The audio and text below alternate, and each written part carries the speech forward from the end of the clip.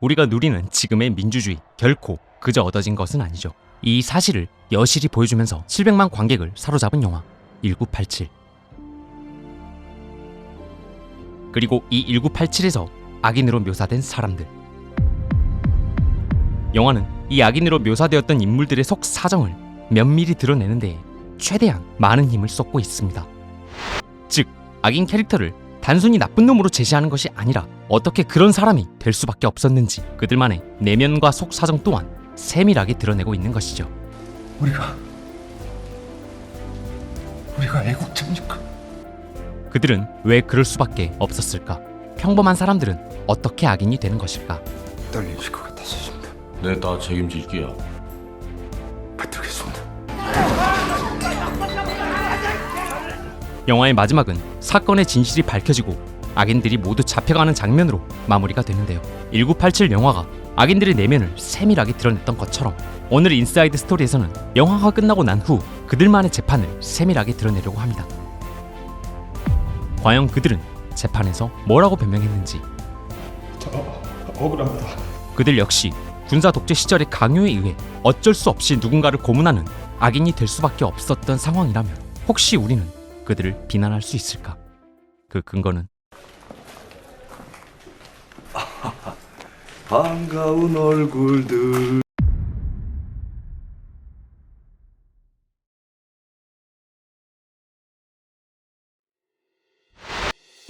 도대체가 사람을 고문하고 싶어서 하는 사람이 세상에 어디 있습니까? 방청객 여러분, 저희는 치안본부 대공수사단에 있었습니다. 아무리 하기 싫은 일이라도 상관의 명령이라면 반드시 해야 하는 곳이죠. 받들겠습니다. 받들겠습니다. 우리가 이 말을 얼마나 많이 했는 줄 아십니까? 박군의 죽음이 어떻게 우리들 책임입니까? 전쟁터에서는 군인이 사람을 죽여도 벌받지 않습니다. 왜냐? 나라의 명령에 따른 것이니까. 정당한 행위로 인정을 해준다는 거죠. 마침 대한민국 형법에도 강요된 행동과 정당 행위는 처벌하지 않는다고 나와 있군요. 우리들의 행동 역시 정당 행위로 평가받아야 합니다. 저희는 죄가 없습니다. 그래요, 공무원은 상관이 명령하면 따라야 하는 거 잘 알고 있습니다. 그러나 명령도 명령 나름입니다. 누군가를 고문하라고 시켰다면 그건 이미 명령이 아닙니다. 그러므로 당연히 그 명령을 따라야 할 의무도 없습니다. 하하, 명령 같지 않는 명령이니까 그 명령을 거부해라. 장난하십니까? 우리가 있던 곳은 남영동입니다. 남영동! 그래요, 남영동. 상관 명령에 절대 복종을 해야 하는 곳 잘 알고 있습니다.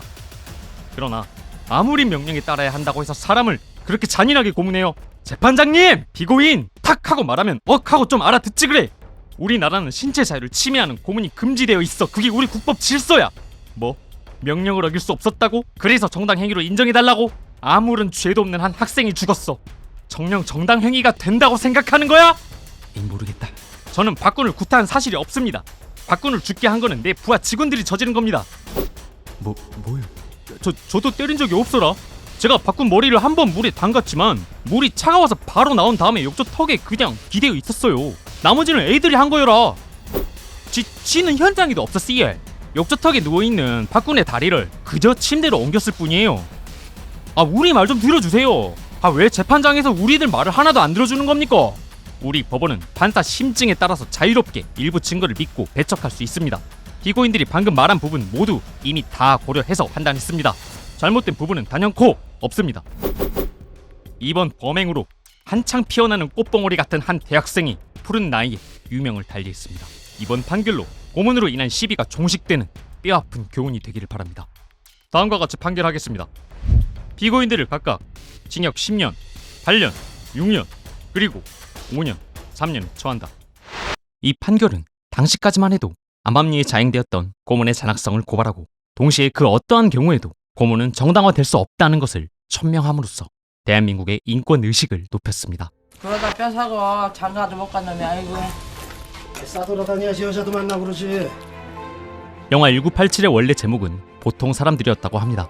영화에서 실제로 고 박종철님의 사건을 우리에게 드러내었던 검사, 교도관, 교도감 이들 모두 실제 인물들, 즉 보통 사람들입니다. 그저 상식이 통하는 시대에 살고 싶다는 보통 사람들 말이죠.